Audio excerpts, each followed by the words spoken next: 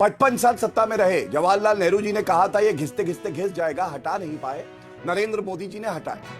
ED को, income tax को, CBI को, मैं नहीं, सुप्रीम कोर्ट की टिप्पणी कह रही है, कमजोर करने का काम किया। इलेक्शन, ये बात सच है कि आपने काले धन की वापसी की बात की थी। ये भी सच है कि आपने ये तमाम जो भगौड़े हैं देश के उनको लाने की वापसी की बात की थी। इन सब पर आपका डिलीवरी क्या है? हर हर महादेव, जय श्री राम सभी को। तो स्वागत है आप सभी का हमारे एक नई डिबेट वीडियो में। आज की ये डिबेट वीडियो बहुत ही मज़ेदार होने वाली है क्योंकि इसमें बीजेपी प्रवक्ता गौरव भाटिया संग कांग्रेस प्रवक्ता प्रियंका लामा, आज का टकराव काफ़ी मज़ेदार होने वाला है। तो अगर आप हमारे चैनल पर नए हैं तो चैनल को सब्सक्राइब करके बेल आइकन जरूर ऑन करिएगा। चलिए वीडियो शुरू करते हैं। बुज़दिल means, and he needs to, the person needs to understand this, बुज़दिल वो होते हैं जो कू करते हैं एक इलेक्टेड गवर्नमेंट पे, और कू करने के बाद जेल में भेजने के बाद उन इलेक्टेड प्राइम मिनिस्टर का मर्डर कर देते हैं। 3 सवाल है इसके बाद। एक तो बिलावल भुट्टो की, बिलावल जरदारी भुट्टो, जो अपना नाम भी अंग्रेजियत के साथ बोलते हैं, उनकी आपने नकल की। लेकिन एक बड़ा मिशन था, ये चैलेंज बहुत बड़ा था क्योंकि हम देख रहे थे कि एक तरफ हम युद्ध भी लड़ रहे हैं, दूसरी तरफ पाकिस्तान एक फेक प्रोपेगेंडा फैला रहा था। चैलेंजेस क्या क्या है? दूसरा, देश के अंदर एक चर्चा हो रही थी कि जा रहे हैं वहां खाली इंडियन डेलीगेशन से मिलकर आ जा रहे हैं, तो इन सेंस ऑफ अचीवमेंट आप हमारे दर्शकों को क्या बताना चाहेंगी? और तीसरा, क्या आपको लगता है कि इसके जरिए हम डिप्लोमैटिकली कम से कम कई देशों को समझा पाए हैं अपना पक्ष? तो अंजना जी, पहले तो आपका बहुत बहुत धन्यवाद। और खुशी इस बात की होती है कि जो शब्दों को मैंने अपने सारे जो 6 देशों में हम गए, जो मैंने रखे जनता के लिए और देश के लिए, वो जनता के बीच तक पहुंचे हैं और जनता ने उसको अप्रिशिएट किया है। और अब ये चर्चा की शुरुआत करते हैं। हमारे साथ गौरव भाटिया जी और अलका जी दोनों जुड़ गई हैं इस चर्चा में। गौरव जी, ऐसे दिन की हमने तो कल्पना नहीं की थी। आज 11 साल भी मोदी सरकार के, और हमने कल्पना नहीं की थी कि प्रियंका चतुर्वेदी जी भी आज पक्ष में बोलेंगी आप लोगों का जो ये मिशन रहा है उसके, लेकिन वो उसका हिस्सा भी थी और वो बोल रही हैं। लेकिन विपक्ष के भी कई सवाल हैं। वो ये पूछ रहे हैं कि हर जगह पर एक पैकेजिंग, डेलीगेशन भेजने से क्या हम उससे किसी से लिखित में कुछ लिखा के ला पाए? और इसके साथ साथ विपक्ष का ये भी हमला है कि हर जगह पर आप लोगों ने जुमले ज्यादा छोड़े, अचीवमेंट्स कम है आपके गिनाने को। इन दोनों पर आपका जवाब, इसके बाद फौरन आ रही हूं अलका जी।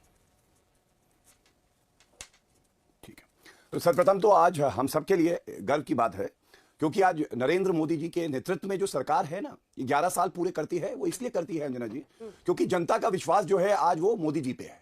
मोदी जी को वो अभिभावक मानते हैं और ये कहना गलत नहीं होगा इस सरकार की 11 साल में क्या खूबियां रही हैं। सबसे पहले, मोदी है तो मुमकिन है। हमने बचपन से देखा था, मैंने संविधान पढ़ा, आर्टिकल 370 में लिखा था कि ये टेम्पररी है, हटा दिया जाएगा। क्या आज ये सवाल पूछा नहीं जाएगा क्यों 55 साल सत्ता में रहे? जवाहरलाल नेहरू जी ने कहा था ये घिसते घिसते घिस जाएगा, हटा नहीं पाए। नरेंद्र मोदी जी ने हटाया। दूसरा, भव्य राम मंदिर, आप देखिए अंजना जी किस तरह से ये लोग तंज कसते थे, मंदिर वहीं बनाएंगे, तारीख नहीं बताएंगे। भव्य मंदिर बनाया गया, तारीख भी इनको बताया गया, ये लोग वहां आए नहीं। तीसरा, क्या ये सत्य नहीं है अंजना जी, जीएसटी की बात करी कांग्रेस पार्टी ने, कभी जीएसटी लागू नहीं कर पाए। श्री नरेंद्र मोदी जी के नेतृत्व में वित्त मंत्री थे अरुण जेटली जी, उन्होंने सुनिश्चित किया जीएसटी लागू हो। आज हर माह 2 लाख करोड़ से ज्यादा का कलेक्शन होता है, इतना सफल रहा है हमारा जीएसटी। चौथा, 1 रैंक 1 पेंशन। आपको मालूम है 10 साल सत्ता में रहे, 2014 का जो अंतरिम बजट आ रहा था 500 करोड़ रुपए छोड़ के जा रहे थे, लागू नहीं किया। लागू किसने किया? नरेंद्र मोदी जी ने। कोविड की महामारी आई, आपके चैनल पे अंजना जी हम लोग बैठते थे, कोई भारतीय भूला नहीं है, कहते थे कैसे लगेंगे टीके, भारत तो विकसित देश नहीं है, 200 करोड़ से ज्यादा टीके भारतीय नागरिकों को लगे मुफ्त में। ये कहते थे टीके खराब है, लेकिन हमने कर दिखाया क्योंकि मोदी जी में ईमानदारी की ताकत है, उनका संकल्प है कि विकसित भारत बनाना है। आज हमारे राष्ट्रीय अध्यक्ष जी ने भी बताया किस तरह से, आप बताइए, महिला आरक्षण की बात करी इन्होंने। महिला आरक्षण संविधान संशोधन करके नई पार्लियामेंट बिल्डिंग में सबसे पहला बिल जो पास हुआ वो विमेन रिजर्वेशन था। दिया किसने? नरेंद्र मोदी जी ने। तो ये तो हो गया मोदी है तो मुमकिन है। अब दूसरी बात पे आइए, क्या प्रो इनकम्बेंसी आपने सुना था मोदी जी से पहले? नहीं सुना था। आज देश की जनता भी तारीफ कर रही है, जैसे प्रियंका चतुर्वेदी जी कर रही थी। वजह क्या है? 62 साल में कभी ऐसा नहीं हुआ एक सरकार 3 बार लगातार चुन के आई हो। जवाहरलाल नेहरू के बाद नरेंद्र मोदी जी वो प्रधानमंत्री बने। हमारी गुजरात में 7 बार सरकार बनी। अब आप एक मैं और बात कह लूं फिर अंत करूंगा। इसकी तुलना करिए अमेठी, जो इनके परिवार की सीट थी, वहां से राहुल गांधी हार गए। 2014 से लेकर 25 तक कांग्रेस पार्टी किसी भी प्रदेश में 2 बार लगातार सरकार नहीं बना पाई है। और दिल्ली में 0 मिलता है, वेस्ट बंगाल में 0 मिलता है, उत्तर प्रदेश में 403 में 2 सीटें। वजह क्या है? जो परिपक्वता एक विपक्ष में चाहिए वो आज कांग्रेस पार्टी में नहीं है। सवाल लेकर चलते हैं कि क्या वाकई अलका जी परिपक्वता की कमी, जी ठीक है गौरव जी मैं आ रही हूं, परिपक्वता की कमी वो सबसे बड़ी चीज है जिससे आपको एक लड़ाई अपने अंदर पहले लड़नी होगी? क्योंकि ये बात सच है कि पंडित जवाहरलाल नेहरू के बाद नरेंद्र मोदी वो शख्स हैं जो लगातार 3 बार अपने दम पर मैंडेट लाते हैं। और देखिए ये जो पूरा काम हम दिखा भी रहे हैं अपने दर्शकों को, तेजी की वो बात करते हैं कि हमने जो सोचा, अनुच्छेद 370 की बात बीजेपी कब से लिखती थी अपने, उसमें राम मंदिर की बात लिखती थी, हालांकि कोर्ट के ऑर्डर से हुआ है, उसके बाद तेजी से बनाया गया है, लेकिन ये सब कुछ मुमकिन हुआ। अब बीजेपी कहती है कि मोदी है तो मुमकिन है, आपके पास अपनी क्षमता के लिए कहने को क्या है? अंजना जी, मेरे बयान से हो सकता है किसी को मिर्ची लगे, पर नरेंद्र मोदी जी की तुलना पंडित जवाहरलाल नेहरू जी से करना पंडित जवाहरलाल नेहरू जी का अपमान है। आप तुलना कर ही नहीं सकते। पंडित जवाहरलाल नेहरू जी ने अपने दम पर बहुमत हासिल किया और एक आधुनिक भारत का निर्माण उन्होंने किया। आईआईटी, आईआईएम का निर्माण किया। उसी आईआईएम में आज 56% पद खाली पड़े हैं। बेरोजगारी का आलम चरम पर है। आप बात करते हैं भारत और भारत सरकार, दोनों अलग हैं। भारत मेरा अलग है और भारत सरकार अलग बात आती है। हम भारत सरकार से सवाल करते हैं और आप कहते हैं हम भारत से सवाल कर रहे हैं। नहीं, हम भारत सरकार से सवाल कर रहे हैं। पूछेंगे 2 करोड़ नौकरियां देने का वायदा था, आज बेरोजगारी चरम पर क्यों है?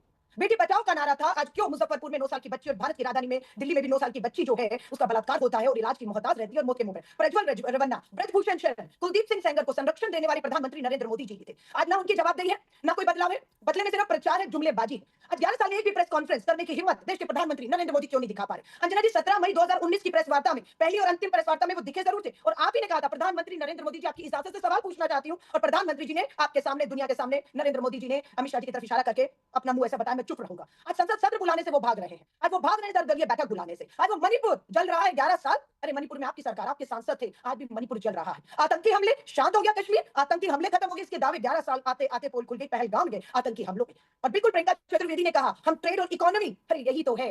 आज हमारे देश पे जो कर्ज है वो 1947 से 2014 तक वो कर्ज मात्र 80 लाख करोड़ था, और मोदी जी के इस 11 साल में 180 लाख बढ़कर आज 260 लाख करोड़ पहुंच चुका है। यानी कि जो कर्ज देश पर 1947 से 14 तक नहीं था, वो कर्ज इन 11 सालों में 180 लाख करोड़ बढ़ गया। वो कर्ज सबसे ज्यादा किससे लिया है? अमेरिका से लिया। इसीलिए अमेरिका जो है हम पर दबाव बनाता है। जब हमारी सेना, मैं फिर लेकिन ऑपरेशन सिंदूर सेना ने किया, सलाम है सेना को, कामयाब है ऑपरेशन सिंदूर। फेल कौन हुआ? फेल सेना नहीं, सरकार हुई। फेल देश के प्रधानमंत्री हुए। अमेरिका के दबाव में झुककर बीच में जब हमारा पूरा हम पहुंच चुके थे अंदर तक, सीज़फायर की घोषणा करके कर्ज में जो डूबे हुए हैं, ट्रेड का लालच में आकर इन्होंने देश के साथ धोखा किया है। इस लोकतंत्र है, बिल्कुल इस लोकतंत्र में अगर विपक्ष पक्ष की आवाज वो है, वोट मिला है, सत्ता मिली, बोलिए उनकी बात करिए, लेकिन हम भी विपक्ष हैं, हमें भी वोट मिला है। हम भी इस लोकतंत्र में आज भी पूछेंगे 80 करोड़ लोग इस भारत, विकसित भारत में आज भी 80 करोड़ लोग मुफ्त के सरकारी राशन पे क्यों निर्भर है? आज भी अगर 127 देशों की गिनती होती है तो 105 देश में हमारा नाम आता है भुखमरी में। 127 देशों की गिनती भुखमरी में और हम 105 पे खड़े हुए हैं। 80 करोड़ लोग आज भी मुफ्त के राशन पर निर्भर हैं। ना महिलाएं, किसानों को देख लीजिए, आय दुगनी हो गई। पूछना चाहते हैं, बताइए ना, आय दुगनी हुई, काला धन। अरे विजय माल्या का वीडियो इंटरव्यू विजय माल्या का वायरल हो रहा है, बता रहे हैं कि देश से कैसे काला धन बचाकर लेकर भाग गए और उन्हें रोकने की बजाय इन्होंने सबको क्लीन चिट दी। ना नीरव मोदी आया, ना नीरज मेहुल चोकसी आया, ना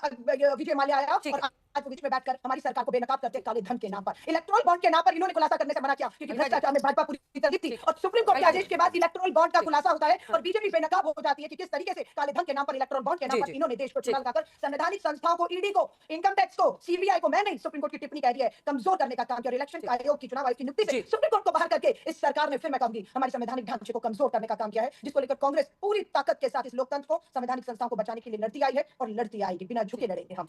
अलका जी, मेरा जो सवाल था ना वो ये सब मैंने प्रीएम्प्ट किया था कि आप बोलेंगे। देखिए यही सारे मुद्दे आपने पिछले चुनाव में उठाए थे 25 में, अभी तो 1 साल हुआ है चुनाव को, यही मुद्दे उठाए थे, लेकिन फिर भी जनता ने, मैं लौट रही हूं आपके पास अगली बार में कि आपके पास क्या पैरेलल व्यवस्था है ये बताने के लिए कि भाई हम पे भरोसा करो, हमें वोट दो। इसका जवाब अगले राउंड में आपसे ले लेंगे। लेकिन गौरव जी, चुनाव में जीतना ही अंतिम सत्य नहीं होता है लोकतंत्र का। मैं आ रही हूं, अभी आपकी आवाज नहीं जा रही, मैं लौट रही हूं एक-एक करके। 2 ही लोग हैं, आप दोनों को ही बोलना है। गौरव जी, चुनाव में ही जीत जाना अंतिम सत्य नहीं हो सकता कि भाई यही है, अब इसी की वजह से हम, क्योंकि कई जगहों पर आप छोटे बड़े मार्जिन से जीतते हैं, अलग अलग फैक्टर्स रहते हैं, वो अपनी जगह पर है, लेकिन कई ऐसे मुद्दे हैं जिसको अगर विपक्ष उठा रहा है, अब ये बात सच है कि आपने काले धन की वापसी की बात की थी, ये भी सच है कि आपने ये तमाम जो भगौड़े हैं देश के उनको लाने की वापसी की बात की थी, इन सब पर आपका डिलीवरी क्या है?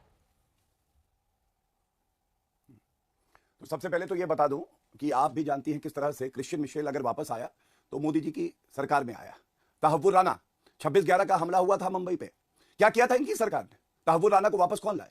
मोदी जी की सरकार लाई। विजय माल्या, नीरव मोदी भी वापस आएगा, 1-1 रुपया वसूला जाएगा, ये ईमानदारी की ताकत है। लेकिन अंजना जी, मैं 1-2 चीजें जरूर कहूंगा। आपने सही कहा कि पैमाना केवल जनता आशीर्वाद दे और चुनाव जीते ये नहीं होता है, लेकिन बहुत सी मैंने तथ्य ऐसे रखे जो 70 साल में नहीं हुआ, वो मोदी जी ने करके दिखाया। कृपया करके कांग्रेस की प्रवक्ता से जरूर पूछिएगा। देखिए, जब उरी हुआ, सर्जिकल स्ट्राइक्स हुई, इन्होंने प्रमाण मांगा, जनता ने क्या किया? इनको जवाब दिया। क्योंकि जब पुलवामा हुआ था तो बालाकोट एयर स्ट्राइक हुई थी, इन्होंने प्रमाण मांगा, जनता ने चुनाव इनको हरा दिया। इसका मतलब इनकी नकारात्मक सोच को जनता ने रिजेक्ट किया। और जब पहलगाम हुआ उसके बाद इन्होंने क्या कहा? ऑपरेशन सिंदूर छुटपुट है। हमने 9 आतंकी जो लॉन्च पैड थे, 11 एयरबेस थे, 100 आतंकी थे, 40 पाकिस्तानी सेना के जो जवान थे वो मार गिराए। मैं आज एक सवाल इनसे पूछता हूं, मेरा पहला सवाल, कितनी सर्जिकल स्ट्राइक्स 2004 से 14 तक करी? 26/11 के बाद एयर चीफ मार्शल ने कहा था कि हमारी सेना वीर है, पाकिस्तान को मजा चखा देंगे, तो क्या कार्रवाई करी? खुली छूट क्यों नहीं दी? दूसरा सवाल है, हम आपको बता रहे हैं हमने क्या किया जो ऐतिहासिक है। जल जीवन मिशन में 15 करोड़ हमने नल में जल दिया घरों में, 4 करोड़ प्रधानमंत्री आवास योजना में घर बने, स्वच्छ भारत टॉयलेट 12 करोड़ जो है हमने दिए, 52 करोड़ 50 लाख मुद्रा योजना में हमने रोजगार के अवसर उत्पन्न किए, उज्ज्वला गैस 11 करोड़। मेरा यही सवाल इनसे है, कृपया करके बताइए 10 साल आप भी सत्ता में रहे, कितने घर बनाए, कितने टॉयलेट बनाए, कितने गैस सिलेंडर दिए? किसानों की बात करते हैं, हमने 3 लाख करोड़ से ज्यादा प्रधानमंत्री किसान सम्मान निधि में दिए, 11 करोड़ से ज्यादा किसान लाभान्वित हुए। मैं पूछना चाहता हूं, कर्नाटका में इनकी सरकार है, 2000 किसानों ने आत्महत्या करी, राहुल गांधी वहां नहीं गए, किसानों के लिए कितना रुपया दिया आपने? एक बार 72,000 करोड़ दिया था, उसमें भी घोटाला कर लिया था चुनाव से पहले। अब एक तस्वीर दिखाता हूं, ये यासीन मलिक है, आतंकवाद के खिलाफ हम कहते हैं हमारी जीरो टॉलरेंस की पॉलिसी है। ये प्रधानमंत्री जी है,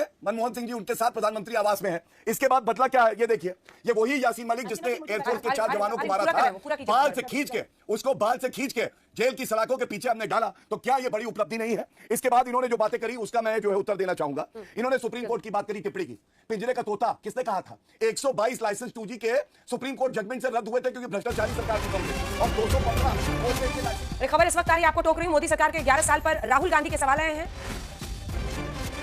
मध्य प्रदेश में 19 साल के पंकज प्रजापति की हत्या का मामला उठाते हुए राहुल गांधी ने मोदी सरकार पर निशाना साधा है।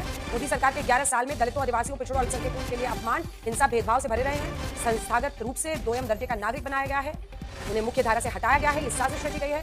भोपाल मामले में दोषियों की तुरंत गिरफ्तारी हो, ये मांग भी उन्होंने कही, और कड़ी से कड़ी सजा उन्हें दिलाई जाए। 2 लाइन में जल्दी से इस पर भी एक प्रतिक्रिया देते हुए 2 लाइन में अपनी बात पूरी कीजिए गौरव जी, फिर मैं जाऊंगी अलका जी के पास। राहुल गांधी कह रहे हैं कि आपने अल्पसंख्यकों को, पिछड़ों को, दलितों को, आदिवासियों को 2M दर्जे का नागरिक बना दिया है देश में। मुझे तो इतना ही कहना है कि देखिए अंजना जी, अगर 3 चुनाव लगातार हम जीते हैं और भाजपा सरकारें पूरे देश में प्रदेशों में हैं, कोई तो वजह होगी कि नरेंद्र मोदी जी को विश्वसनीयता का पर्याय मानते हैं और राहुल गांधी को अपरिपक्व मानते हैं, क्योंकि संसद में आंख मारते हैं, हवाई चुंबन देते हैं, प्रधानमंत्री जी के गले लगते हैं। मैं एक बात आपको कहना चाहता हूं, आप याद करिएगा, ये 10 साल जो है कांग्रेस पार्टी के क्या थे? गोदाम में अनाज सड़ता था, गरीब को नहीं मिलता था, गरीब कहता था दे दो, गोदाम में अनाज सड़ता था, सुप्रीम कोर्ट टिप्पणी करता था। राफेल 10 साल नहीं आ पाए, हम लेके आए कंट्री टू कंट्री डील पे। 10 दिन का बारूद सेना के पास बस बचा था, ये क्या युद्ध करवाते? हमारी सेना वीर थी, उनको बारूद, बुलेट प्रूफ जैकेट नहीं देते थे। सोनिया गांधी, राहुल गांधी के लिए इनको वीवीआईपी चौपर चाहिए थे। इसके बाद क्या ये सत्य नहीं है? 26/11 का हमला हुआ, क्या जवाब दिया था इन्होंने? पाकिस्तान में घुस के मारा था क्या? नहीं मारा था। यही से सवाल ये चलते हैं अलका जी, सवाल ये होता है हमेशा कि आप लोकतंत्र में लोगों को ऑप्शन क्या देते हैं? हमेशा जी गौरव जी प्लीज, हमेशा इस भरोसे बैठना कि इस सरकार से नाराज होकर जनता इनके खिलाफ वोट कर देगी तो हमें ही चुनेगी, ये कोई स्ट्रैटेजी नहीं हो सकती। और आप चुनाव लड़ते हैं जीतने के लिए। अब देखिए इस सरकार की क्या स्ट्रैटेजी हम दिखा रहे हैं।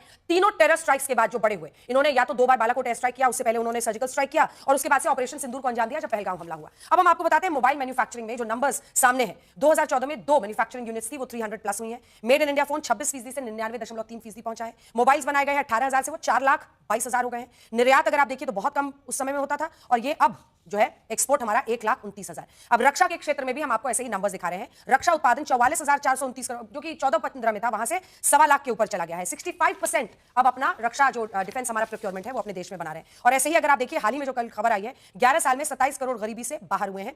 11-12 और 22-23 का हम आंकड़ा दे रहे हैं। आपके पास क्या है दिखाने को? आप मतलब देखिए, आप पूर्व जितने भी प्रधानमंत्री रहे उन सब की कामयाबियों की लंबी लंबी आप बातें कर सकते हैं, लेकिन आपको अपने करंट लीडरशिप में लोगों का विश्वास और भरोसा जगाना है। वो कैसे होगा? कांग्रेस पार्टी की क्या स्ट्रैटेजी होनी चाहिए? अंजना जी, बात कहते हैं सरकार तीसरी भाई, कुछ नहीं बिगाड़ पाए हैं, है ना? 400 पार का नारा था ना, राहुल गांधी जी की भारत जोड़ो यात्रा, भारत जोड़ो न्याय यात्रा ने ऐसा डेंट मारा कि बैसाखियों पर आने को मजबूर हो गई ये सरकार। आज बात करते हैं राम मंदिर की। उसी अयोध्या की सीट ये हार जाते हैं, औंधे मुंह आकर गिरते हैं, और उसी उत्तर प्रदेश में 80 में से सीधा 42 सीटों पर ये हार दर्ज करते हैं। सीधा हार गए 42 सीटें, जहां पर ये बैसाखियों पर आ गए। 370 की कश्मीर की बात करते हैं, उस कश्मीर में इन्होंने राष्ट्रपति शासन लगा दिया, उसको जो है पूर्ण राज्य का दर्जा छीन लिया, उसका बंटवारा कर दिया, और उसमें जब चुनाव लड़ते हैं तो औंधे मुंह आकर वहीं पर आकर ये गिर जाते हैं। अब मुझसे बात करेंगे, अगर आप राहुल गांधी जी के सवालों की बात करेंगे तो प्रधानमंत्री जी की हिम्मत नहीं, लोकतंत्र है, सवाल उठ रहे हैं। राहुल गांधी जी पूछ रहे हैं, पंकज प्रजापति एक दलित को पीट पीट कर मारा जाता, एफआईआर क्यों नहीं करती पुलिस? पुलिस आज बिल्किस बानो के 11 बलात्कारियों को छोड़ने का अपराध भाजपा की सरकार करती है, सुप्रीम कोर्ट ने जेल में ठूसने का काम करती है। मुजफ्फरपुर में बालिका सुधार गृह में जो सामूहिक बलात्कार का आरोप है ब्रजेश ठाकुर था, उसे उम्र कैद की सजा से बरी करने का काम ये करते हैं। कॉमनवेल्थ गेम्स की बात करेंगे, शीला दीक्षित जी नहीं रही है, और अटूट जी की बात करते हैं, मांगनी चाहिए देश के प्रधानमंत्री मनमोहन सिंह जी से, शीला जी से, उन्हें उनके स्पेसिफिक सवाल है, टाइम बहुत कम बचा है, 20 सेकंड में इसका जवाब ले लेते हैं। गौरव भाटिया जी, जो सबसे बड़ी बात है वो यही है, वो कह रही है कि आपने 400 कदम भरा था, 400 पार। आप जेडीयू और टीडीपी के बिना अपनी सरकार नहीं चला सकते। अयोध्या जैसी जगह आपके हाथ से निकल गई। दोनों पर जवाब, और जो बाकी आरोप उन्होंने लगाए। सिर्फ 30 सेकंड है। देखिए, सबसे पहले महिला सम्मान की बात कम से कम कांग्रेस पार्टी की प्रवक्ता ना किया करें। हम सब ने देखा किस तरह से 6,310 पूरे देश में सबसे ज्यादा बलात्कार के मामले राजस्थान में थे और बलात्कार के ऊपर इनके मंत्री पूर्व मंत्री कहते थे ये मर्दों का प्रदेश है। राजस्थान की जनता ने ऐसा लताड़ा खत्म हो गए। उसके बाद आप बताइए महिला सम्मान के लिए हम आरक्षण लाए, इन्होंने क्या किया? ये तो अपने पार्टी वर्कर जो महिला है उनके लिए कुछ नहीं कर पाते, उनके सम्मान के लिए नहीं लड़ पाते। 400 पार पे मैं आपको एक बात बताऊंगा, हम 300 पे तो हैं। अगर हम एनडीए को देखें 290 को पार कर लिए। अरे इनका क्या हाल है? 99। आपको मालूम है 40 साल में सबसे बुरा प्रदर्शन है इनका, 100 का आंकड़ा पार नहीं कर पाए। दूसरी बात, अंजना जी देखिए गलत बात है, वो बीच में बोल रही है। ठीक है, जल्दी समाप्त कीजिए। अंजना जी, चलिए वक्त इतने की इजाजत है। आप दोनों का बहुत बहुत धन्यवाद हमारे साथ बहस में जुड़ने के लिए, देश दुनिया की बातें करने के लिए।